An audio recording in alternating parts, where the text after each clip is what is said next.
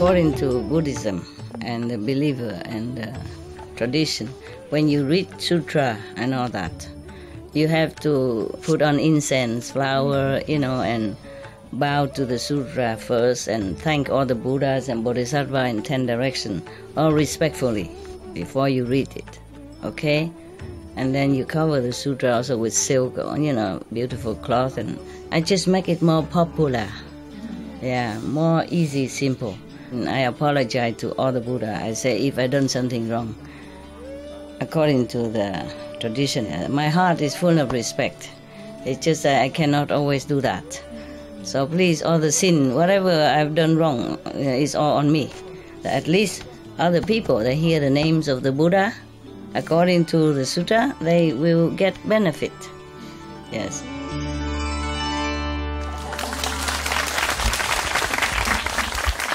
To remind you to meditate and to practice. Learning from the ancient practitioners. There's so many, but I have to choose sometimes. Okay. This is a story in Buddha's time, okay? It's always begin like, thus I have heard. That means from Anand. Anand has heard this story. It's a true story, and he told it as is. Yeah, and then at that time, or the disciple, 2,600 or 700 years ago, they wrote it down in Sanskrit. And then thanks to Xuan Zhuang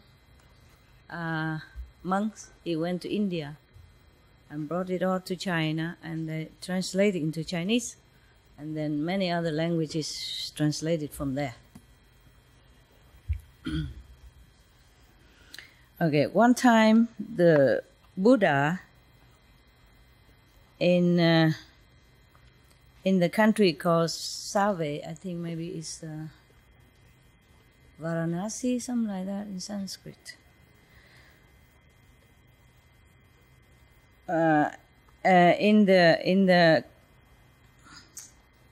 In the garden of this gentleman, rich person, Kapkodok, and the prince, Kida. At that time, in this country, there were 500 merchants, business people. They planned to go out into the sea, in the ocean, to find those precious stones and pearls and all that. But, going out into the ocean is a very dangerous thing. So they have talked with each other and find a person who has enough, moral, merit, and talent. Also has eloquence, and also this one has to be also a vegan person, vegetarian, vegan person, so that they bring luck into their journey. Yes. Finally, they found one. They found one lay person, not a monk or any special, just a normal lay person who is, fulfill all these requirements. Oh God, I didn't need the glass. I do. It's better. I could read, but it's just more, that's why I have a lot of wrinkle around here. You notice I don't wear jewelry anymore. I don't need it anymore. I used to wear it to sell. But I think we sold enough. I think I retired from business. I still do some, take care of business and all that, but I don't have to be the model anymore, no. Actually, I can retire altogether from your business as well. Just I feel sorry for you, so I came back. Because many of you came from far away, even though when I wasn't here. Just came here and meditate and all that. So sincerely. And thanks to them that I felt their sincerity and their need, so I came back for all of you. Okay, now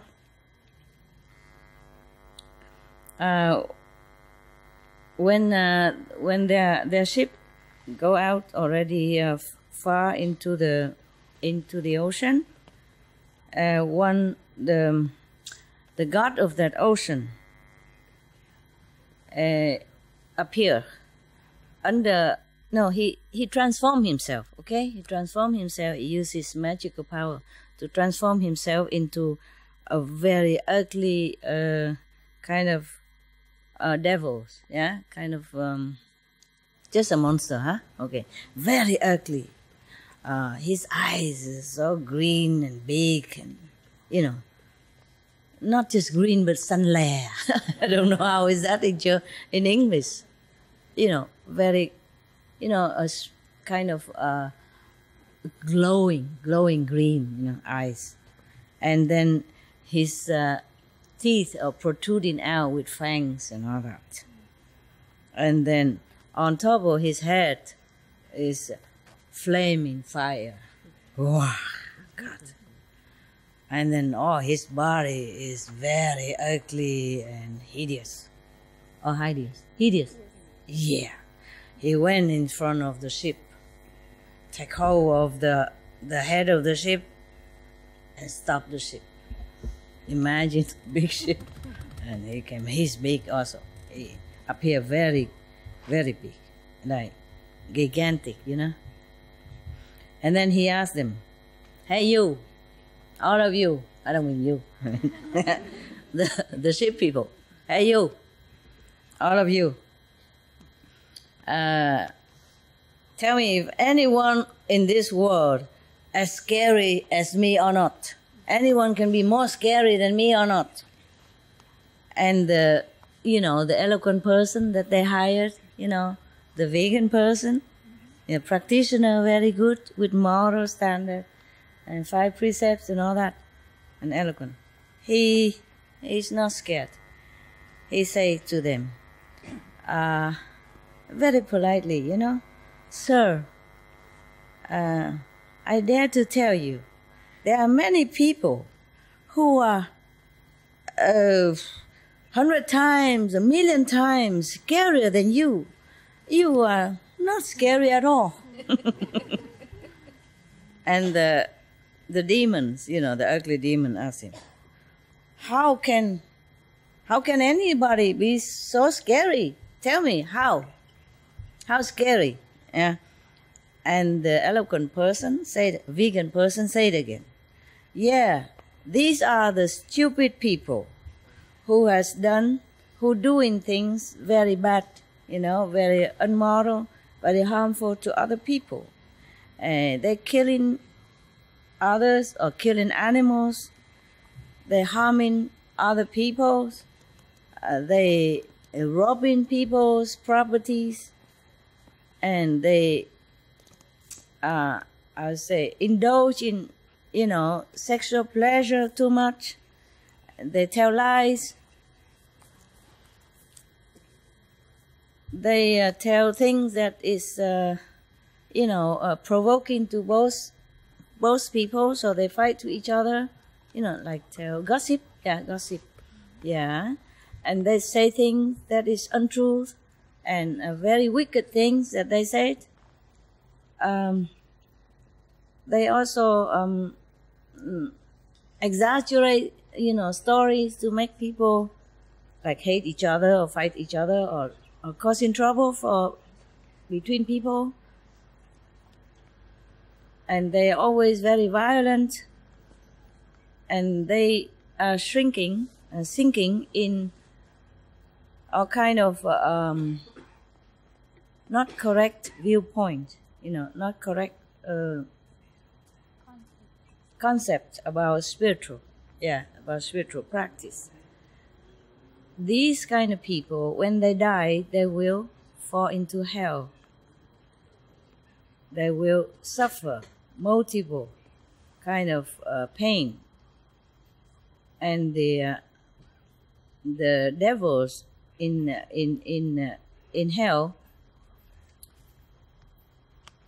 will punish them in different ways. You know, they will use so many instruments to torture them day and night.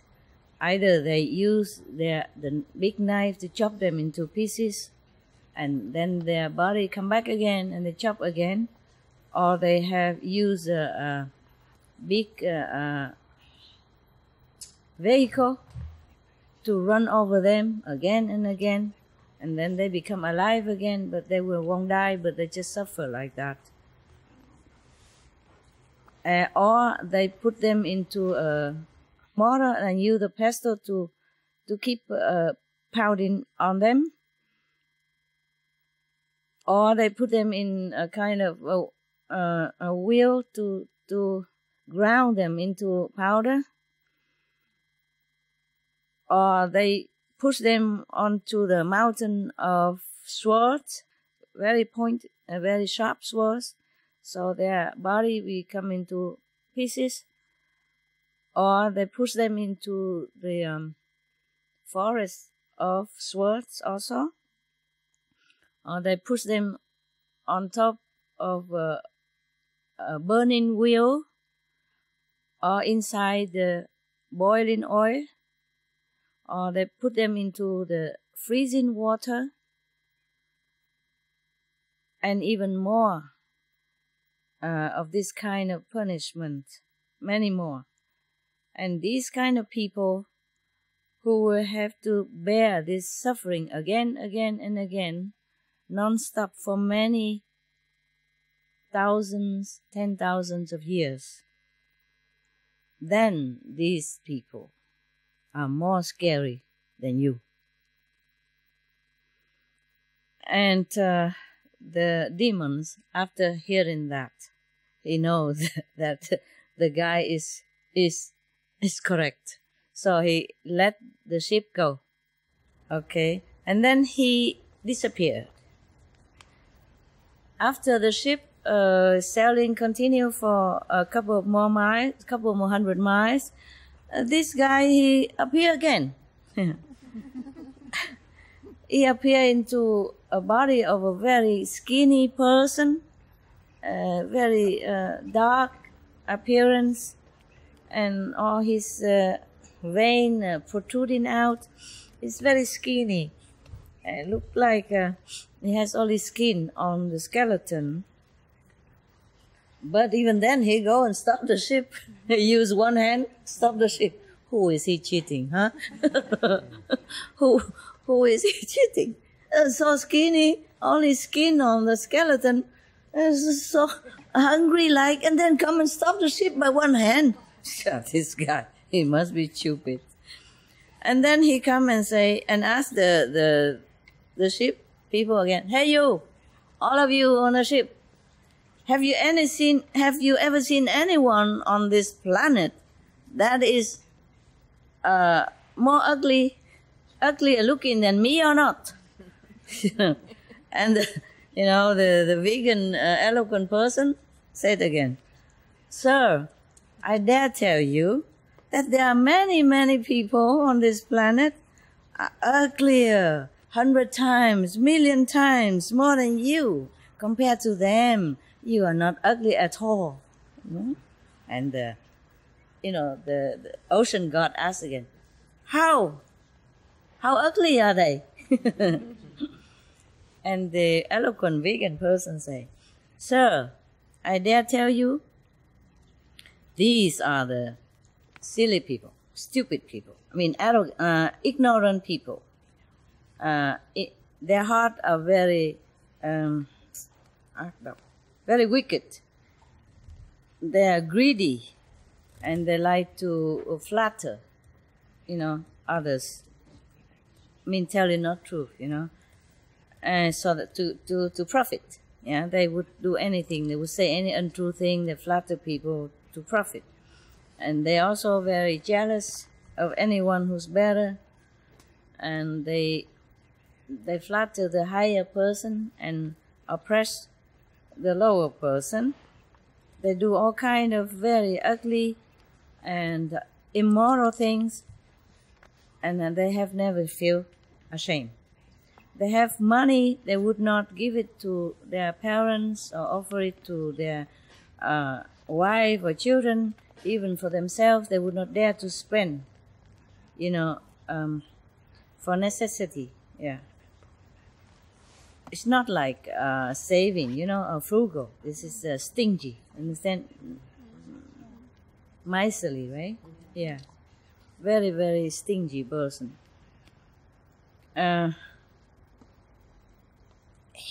They would look down upon true Dharma, true teaching. They would never have respect for any moral standard. They will never listen to any correct viewpoint or concept. They are cheating other people wherever they can. They have no love, no compassion, pity for people who are poor, hungry, thirsty. They never offer anything to anyone who needs. These people, when they die, they will become the hungry ghost.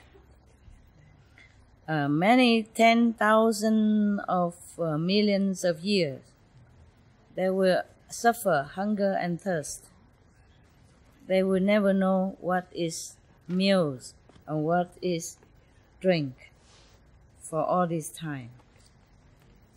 Their body will be stinking, smelly, and so many bacteria will eating them up from inside out. But it's very painful all day, all night. And whenever they open their mouth, the fire comes out and burn them. Even in their head, there's so many, a lot of boils, that the water comes boil. They come out with pulses and very, very terrible all day, all night.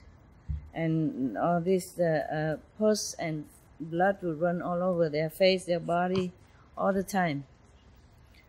And they have to lick them to survive. They have no other food to eat. These kind of people, they are really ugly, pitiful. And you are not ugly at all compared to them. Oh, he is very disappointed. Okay. Now, the god of the ocean disappear again and let the ship go. And the ship just continue sailing. It's not much long, and he appear again. This time, as a very good-looking person. Yeah, extremely good-looking. Not just very, but they say here, extremely looking person. And he come with his hands, hold the ship, stop it again, and ask again, "Hey you, all of you in the ship there, tell me if you have could you ever see anyone as beautiful as I?" Huh? So the eloquent vegan, of course, he said again, "Sir, I dare tell you that in this world there are many people who are more beautiful than you, 100 times, 1,000 times, millions of times, million of times. So compared to them, you're not beautiful at all." Okay. So the ocean god said, "How would they be more beautiful than I?" Very humble indeed. So he said, "Sir, on this planet, there are people who are intelligent, who has wisdom, who are very diligent in doing good deeds. Their body, their mind, their speaks, their thinking, always very pure and clean.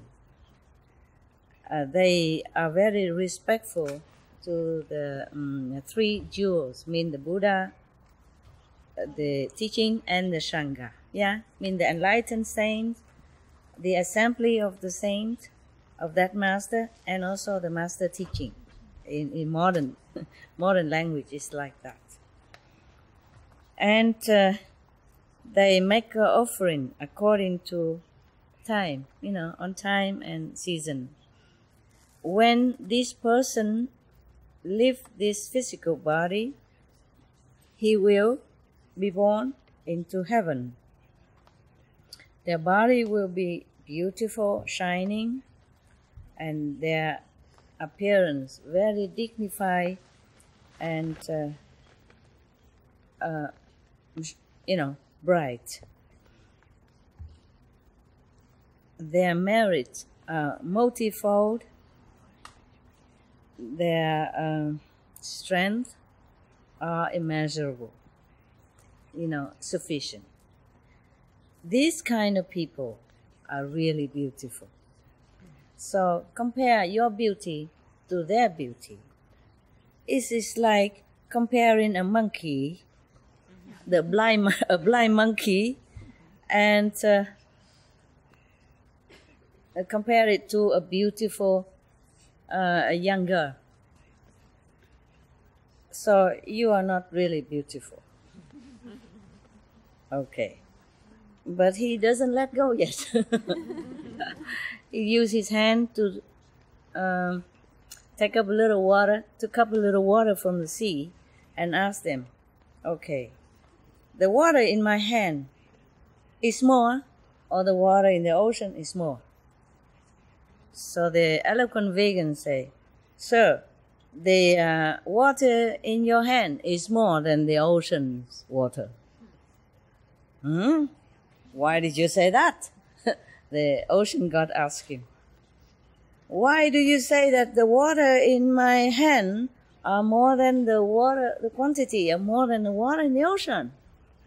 So he says, sir, the water in the ocean, it is, even though it is a lot, yeah, but one day it will be dry up. And then when the disaster come, like drought, yeah, when the world has not enough merit, then the two suns will appear. Now we have only one sun. Then two suns will appear. Then all this river and streams and ocean, the river and all the ocean and those little ponds will be dry up. And then after that, if it worse, then the three suns will appear. At that time, all the big river and a small sea will dry up. When the 5 suns appear, then the big ocean water will reduce. When the 6 suns appear, then only 30% of water in the ocean remain. If 7 suns appear, then all the ocean water will dry out. Even the highest mountain will crumble, and the diamond base inside our planet, will also become dust, broken, burn into dust. If anyone who has the sincerity to believe in an enlightened Buddha and make offering to him or his Sangha, his monks, or offering good things to their parents, or to give things to the beggars, or even to animals in need, these merit will be extended for this person with many, many kalpas, many eras, you know? Yeah, many, many eras. And it will not reduce. It's a very great merit, that's what he meant. So, sir, you know, what I mean by more or less is like that.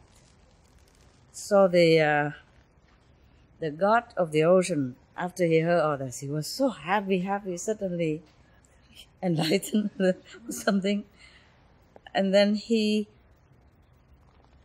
took his hand down into the ocean. He put his hand down into the ocean bottom and get a lot of beautiful jewelry and precious things to give it to the lay person and tell him to come back and offer it to the Buddha, offering them to the Buddha. And then he disappeared, finally. He don't come back. At this time, everybody also can collect a lot of precious stones and whatever they need from the ocean, whatever they can. A lot of gold and silver and precious stone, and then they come back to their house. They give it to their family members, and then they go to prostrate in front of the Buddha, bring the jewelry that the ocean god gave it to him, offer it to the Buddha. And then they kneel down in front of the Buddha and the Sangha, I mean the monks, and tell the Buddha this. Blessed and reverend world honor one. The human body is very difficult to attain. Buddha's teaching difficult to hear, to find. Today, in this lifetime, all of us are very lucky to be able to see the Buddha. So we come here and very, very sincerely ask your permission to become monks under your teaching, so that we will be liberated from the circle of life and death. Please be compassionate and let us be blessed to be your monk's disciple. So the Buddha was very happy and say, okay, in American language. After that, he doesn't say okay, he say, blessed be the monks. And then they became monks. Yeah. After that, for a while, for some time, all their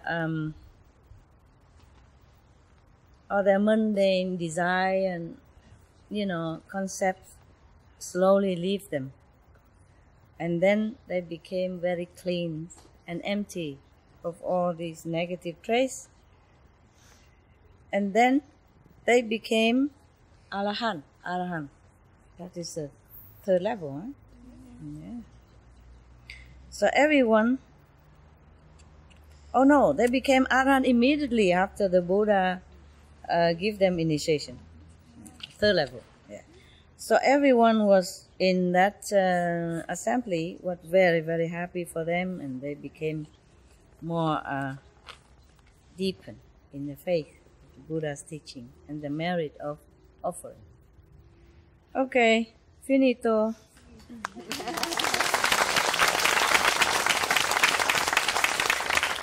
Sorry that my translation looks a little bit slow and choppy and lousy, but at least you know what it is, right? Okay.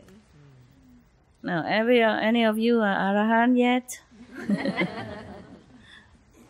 I think all of you are. Yes. Some are higher, some are lower. Yes.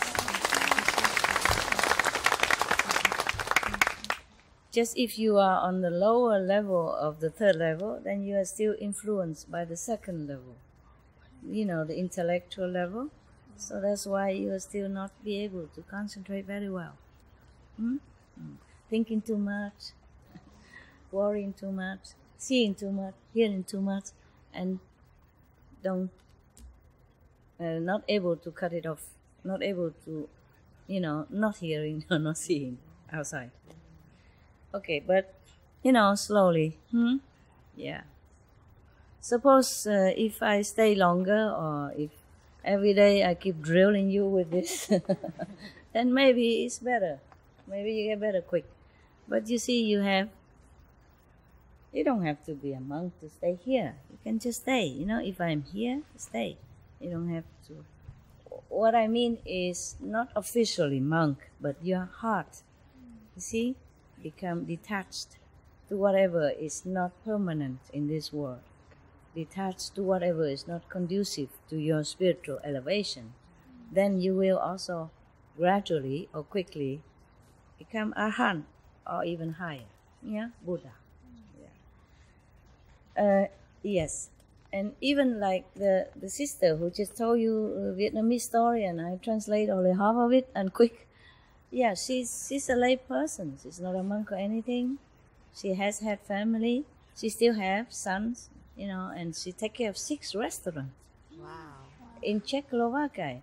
Even the government encouraged her to open more restaurants, or the supermarket invite her to open a booth in their supermarket. That's why just 1 and now become 2 and 3 and 4 and 5 and 6. She's short of personnel. If you want to work, easy condition, go to Czechoslovakia. Contact the Loving Hut there and work there. Okay?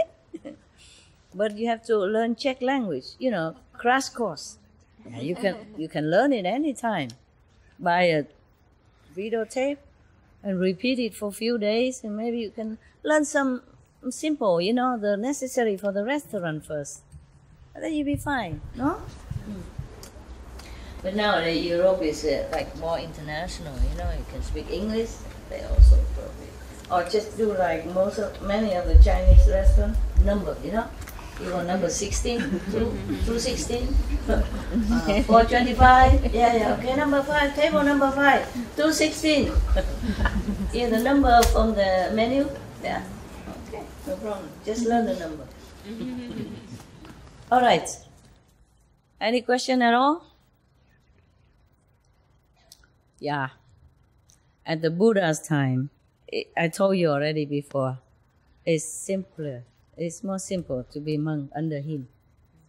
And many other monks also came to study with him, and a different kind of monks, different order before the Buddha came officially teaching, different kind of monks, and they eat meat and all that. So when they came to the Buddha allows them to eat the 3 purified meat. I told you already from the last time. And I said I did not like that. Yeah. But some so-called monks are so used to it, they couldn't just leave it. So one monk was very sick, and then one of the very sincere lay female asked him what is the matter with him. He said he's sick, and he said, so what is it that, what can I give you to make you better? He said, if he has fresh flesh, then he will be better. So the woman came home running immediately to the market to ask to buy some flesh, meat for the monk. That monk is not Buddha's monk, but is a joint monk. Because his Buddha, in all the books, whenever his disciple invited him, they invited vegetarian food. Except that day, I don't know. And then she went all over to find meat for this monk, but she cannot find anywhere, because that day is the day there's a national law that no animals should be slaughtered. If anyone go against this law, be imprisoned and fined and very heavy. So nobody dare do anything. That day is vegetarian day. Probably meatless Monday, meatless Thursday, or at that time it's from the king order like that. So nobody have any meat at all. And nobody can even sell meat not kill animal, but not sell anything to do with animals. So the woman run all over, cannot find it. And then even she go and give a lot of money to one of the slaughter person. They also don't dare to take it. They say, I'm sorry, but the law from the king is very, very strict. We would not dare to go against it. So please forgive us. Even though she was a very rich and influential person, but even then, they don't dare to transgress the law at that day to kill a pig for her. So she came home. She feel very bad. She said, I promised the reverend to bring meat to him immediately, and now I cannot find it. What am I to do? And if he die, then it will be my fault, and I will have a terrible karma. So she think, what else to do? And then she, after thinking a lot, she used a knife to cut one of her thigh, flesh. And then she cook it, put some medicine, cook together with spice and all that, and then she asked her servant to bring it to the monk. Yeah, and he eat it, and then he feel better. Probably protein deficiency, huh? Not used to it eating tofu, huh? So don't eat, huh? So just want the meat. My God. And then okay, then after that, the woman felt very sick, of course, nah? She couldn't move, huh? Yeah. So she lay in her bed for days. And when her husband came back, she could not come out and greet him. And then he asked her, what's the matter? She don't say, she said, I'm just sick a little while. I need a rest, and then I'll be fine. But he saw his wife so pale, because maybe losing blood, even though, God forbid. The monks did not know, of course, nah? Yeah. He ate it immediately. Okay. And then afterward the husband discovered, what the matter is. Yeah, and because he asked many servants, and they knew. First they don't dare to say it, but later he pressured them, if you don't tell me, I kick you out. And they have no work, so poor people, so they have to tell. And then after that, he was so angry. He went outside on the street and proclaimed to everybody that he can, that what kind of monk is this? What kind of Buddha's disciple who eat humans' meat to survive and all that? Oh my God, he say all kind of things, yeah? And the wife begged him not to, but he continued to, propaganda everywhere like that. And all other monks feeling very ashamed, and they would not dare to go out to beg for food even. So everybody also became, handicapped like. And then after that, the Buddhas heard about this, yeah, and call the monks, the meat-eating monks, to come up and ask, what kind of meat did you eat yesterday? He said, it was a fresh one. They say, yeah, fresh one, but from what kind of meat did you eat? Do you know? So he said, no, I was so hungry and sick. When I saw the meat, I eat right away, and I didn't ask whether it is the pure meat or not. How can meat be pure? Okay, so then, but the Buddha invent this kind of three purified meat. I mean, the meat when you don't see the animals killed, when you don't hear them cry, and when it's not killed for you. Actually, in another sutra, they say that when the animals already dead, like dead in the forest or dead on the street somehow, in their old age or something. Yeah, but except for that, I don't think any other meat could be called purified meat. Yeah, because I said, what's the difference if you don't hear the animal cry when they are killed? They suffer all the same. They cry all the same. Yeah, if you don't see them killed, they are still killed, right? If you don't eat more, then people kill less, right? Anyway, so I didn't think that was a very good idea for the Buddha to allow the monks to eat meat. I cannot help it. And people outside, I want to encourage them to eat vegetarian, to practice. So I say, okay, if you eat, 10 days, a month or more, then you can practice convenient method only. But these are not my disciples. They're just outside people, convenient outside people. You know that, right? They're not monks. They're not even my initiates. They're different. You see, they don't represent us. But the monks, if any monks come to me and say that they want to study with me, then I will forbid meat immediately. You understand? Any kind of monks, they're supposed to be a symbol of God, of saintliness, of compassion, of love. They're supposed to be a monk to rescue sentient beings, not to eat them. Understand? Yeah. How can you rescue them when they're already dead in your stomach, huh? How can they listen to anything you say? Yeah? Pig or dogs or whatever, they all understand. Or have souls. If they are alive, maybe you can talk to them, tell them, or give them vegetarian food, like my dog, vegan food. Then they also cleanse of karma. Yeah? But if you eat them already, there's no way. Huh?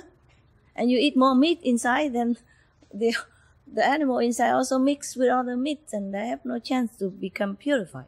So how can that be purified meat? Understand? That's the only thing I did not like about in the Buddhism. But I think later the Buddha forbid all kind of meat.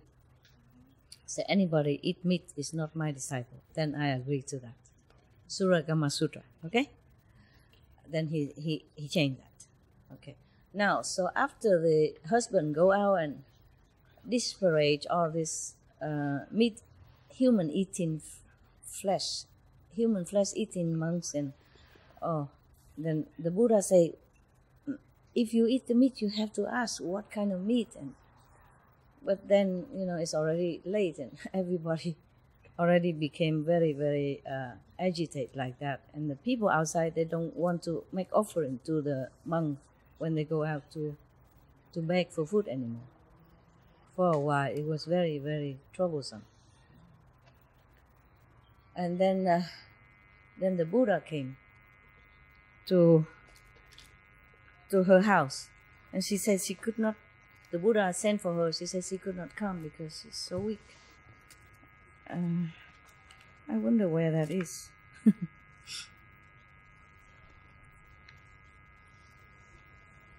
But then later the Buddha heals her. Yeah. And then the woman asked the husband to go and apologize. Yeah. And then later everything okay. More or less like that. Okay. I couldn't find that story. I wrote it down, but I didn't know where it is. There's so many stories. Okay, huh? Yeah. You see what I mean? Yeah. Even if you're not monks, but if you go out and say, "Oh, I'm a disciple of Master Ching Hai," then you are the extension of me. You see, you're my family, and you're representative of my teaching. And if you eat meat or do things wrong, then people will blame me too, and blame the whole assembly or other brother and sister who are innocent, who didn't do anything wrong. You see what I mean? So we have to be responsible like that. Even if you die, you don't have to eat meat to be healthy. That's nonsense. Just habit. You understand? Yeah. Everything is replaceable, especially meat. So you know already, okay? So that's why I have told you from beginning already, if you don't keep the 5 precepts, you don't meditate, you eat meat and all that, then you don't come for group meditation. Yeah? Meaning you're not one of us. Understand? Otherwise you go out and you smear dirt on all of us. Yeah? It's not fair. 1 or 2 person do wrong thing. Yeah? Eat meat.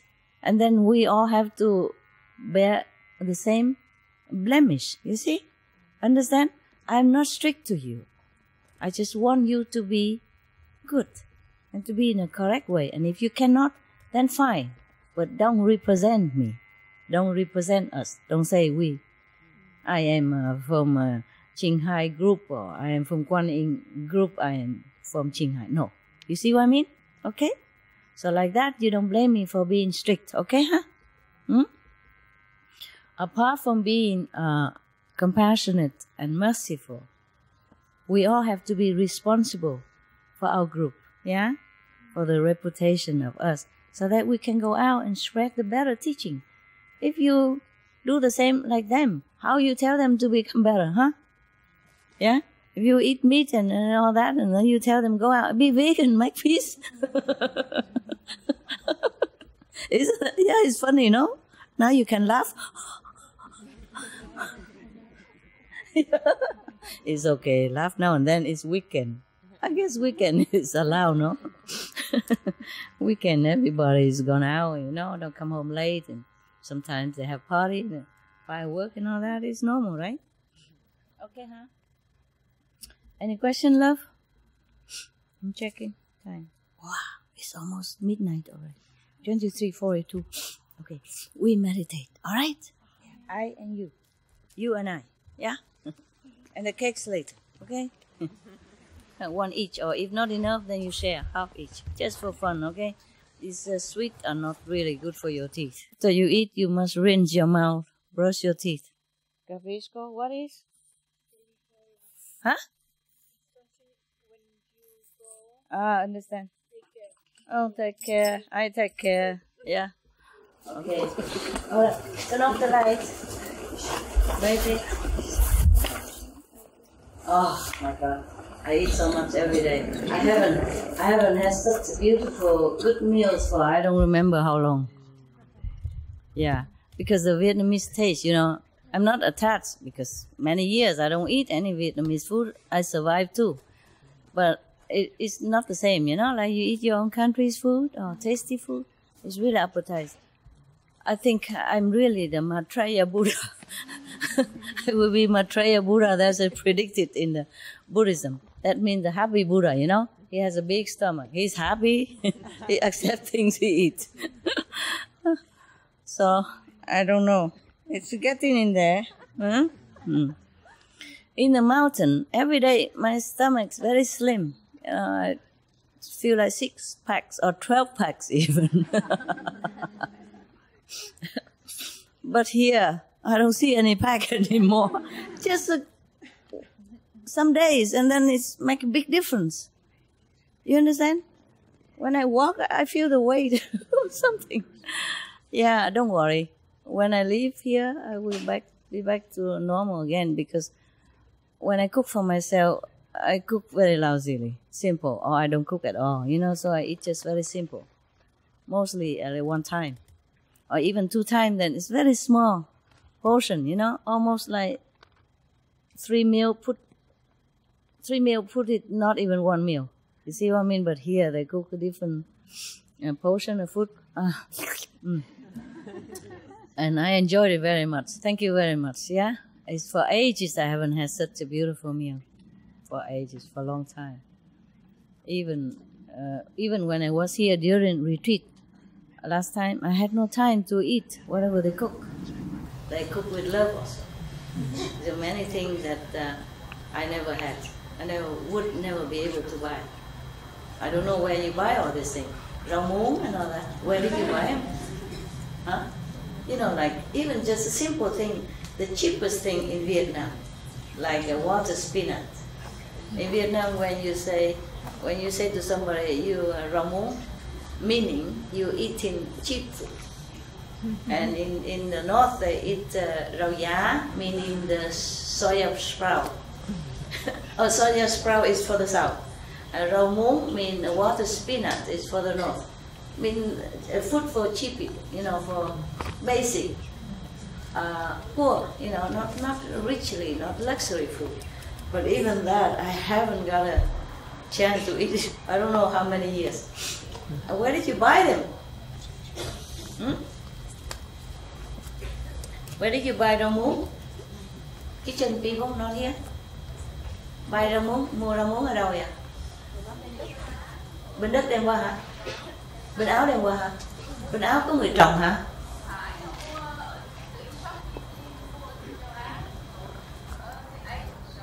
More in Asian shop, but in Austria.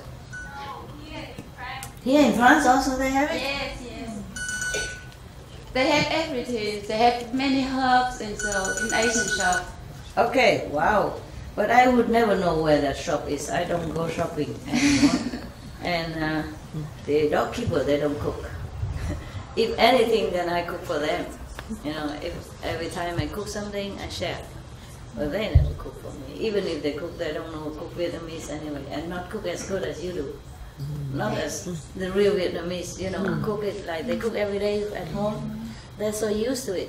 They're a master, you see, of cooking. So it tastes different. Even if I cook, probably it's not as good. And when I cook or bake something, I don't taste it. But everybody else said, oh, it's lovely, lovely. Maybe they just want to make me happy, I don't know. But the way they eat, it shows like it's good. But for me, it don't taste. But when they cook it, it's good for me. Anyone else who cook for me, then I taste good. If I cook for myself, then forget it. I don't like it. I don't taste it at all, you know. And thank you, huh? I want to say thank you. Thanks so much, Master. I thank you so much. Why I wish I can please you some moment in my life. Who are you? Where are you? I'm here. I don't see you anywhere. Are you behind the coconut tree? Here where? I am the Can you stand up? yeah, here. Oh, the bottom. Okay, at the bottom of the I am last time the camera woman. You saw me. Oh, you are the camera woman? Yes. Wow, and you can cook as well. Yes. And you Wow. asked me, I'm a doctor. I don't know, but I'm pharmacist because we. A pharmacist? Yes, because we talk about that in the Hungary retreat. Okay. And you remember that I Okay. show you how you. Okay. Yes, yes. Okay. I have pharmacist, doctor, almost the same to me, you know? Yeah. Yeah. Thanks so much, Master. Thank you, I love thank you. You taste, you make really good food. Yeah. Most Vietnamese, they cook very good, you know? Because they like the way they eat, so they cook well. In Vietnam, I have never eaten a lousy meal in my life.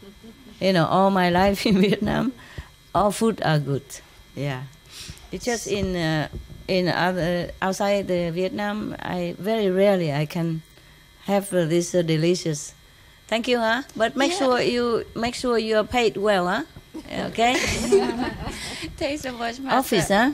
Make sure you pay all the things that she buy, huh? Yes, the office buy. I just told the shopping team buy what they should Oh, buy. I see. Then yes. then it's good. Yes, yes. Shopping team know where to buy Vietnamese food? I just What tell them. shopping team is that? I take them with me to my mountain. Yes. Okay. No, in France, because we have friends used to be in Vietnam, you know? Used to, how you say, invaded Vietnam? Colonized Vietnam? Yeah. So a lot of Vietnamese later on became a French citizen. Yeah. And they came here and live, and they bring all their food here, and they grow it here, and because I cannot live without them. Yeah. So they became, you know, the second country here, and they make themselves comfortable, just like the American. Vietnamese American in LA, for example, there you buy anything. You just walk out on the street and you think you are in Saigon, Ho Chi Minh City, you know? You don't think you are in LA, in Los Angeles, because they sell everything, you know? Everything like in Vietnam. Little Saigon, big Saigon, yeah. Saigon town, you know, instead of Chinatown. Just like the Chinese, everywhere they go, they brought their things with them. Now, I guess like Russian people or Poland, wherever you go, if you have enough, a big community, then you begin to grow your stuff, you know, bring your special favorite food from Persia or from wherever your country would be. Yeah. But I really enjoy these days very much. Oh, and I was thinking, my God, if continue like this, I wonder if I can get out of the door. So I begin to give lecture here in the open, you know what I mean? So I don't have to squeeze in the meditation hall in case later on, then you won't notice the difference. Thank you anyway, huh? You must have cooked with love or something. Yeah, It's very good. Master. Thank you. Okay? Yeah. That's it. Before I forgot. I meant to thank you many days. I forget. Okay, huh? And you guys, do you enjoy the food here? It's nothing luxury, nothing. It's just that the Vietnamese taste and the way they do it. Even what's a spinach, right? Spinach. It's like spinach. It's not expensive. Or some, like spring rolls, Mostly it's just vegetable in there. And a little piece of vegan protein or something like that. But they make the sauce nice. And the way they combine the herbs, you see, and the salad, that makes it tasty. Yes, That's what I think. I just think maybe master miss Vietnamese food. So I try to make it so very Vietnamese, very normal. Very normal. Like it is very normal, very Vietnamese. I like it very much. And not luxurious or something so. Yeah, very good, very good. Yes. This food I like. I don't need any luxury or anything. It just that tastes good, Yeah. Okay. Thank you anyway, huh? Thank you. Because these kind of herbs, I would never be able to procure them. Different kind of herbs, specialized. Only the Vietnamese eat them. Not even the Thailand people I saw, not even the Chinese or any, maybe, I don't know, other Cambodia, Laos. Do they make it like that? The herbs, they eat the same? No. They have different herbs. I didn't see this special kind of herbs that the Vietnamese people use. They mix them to make in the salad, understand? You cannot buy them anywhere else.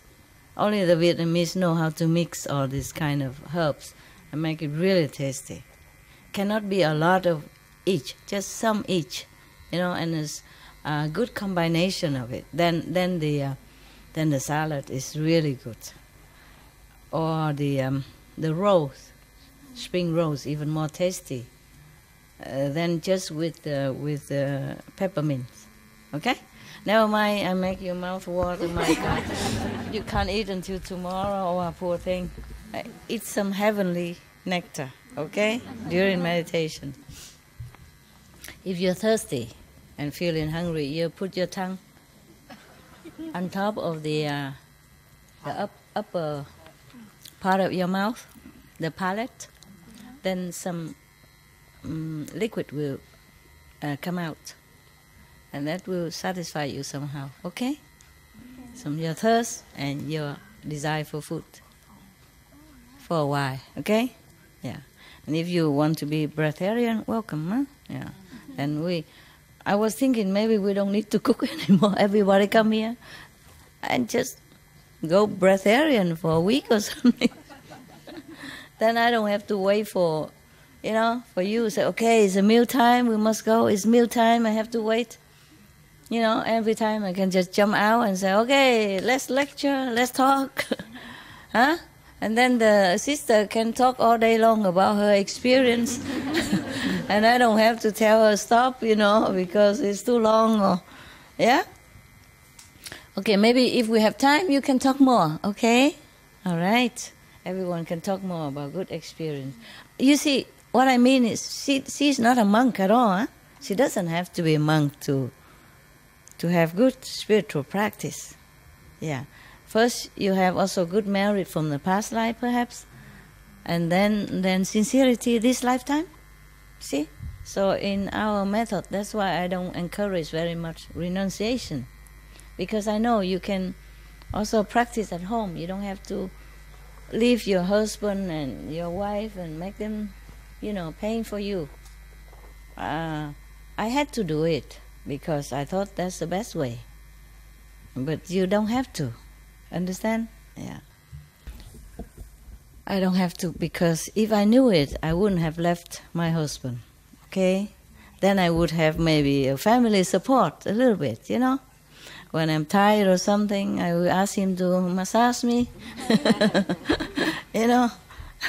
Beating my back with his hand or something. He's a doctor, And if I'm sick, he can give me medicine. I don't have to run to another doctor. And I don't have to postpone it until it's too bad, and then I have to go for operation and something worse. You understand what I mean? Yeah. Because he would be very, very gentle. A gentleman. He would not obstruct me for giving lecture to you or coming to see you here and there. It's not like that. Yeah, but I thought I have to leave him in order to have complete enlightenment. It is also good that way, you know. I guess if I have a little support beside me, I guess sometimes I would feel more comfortable. You understand?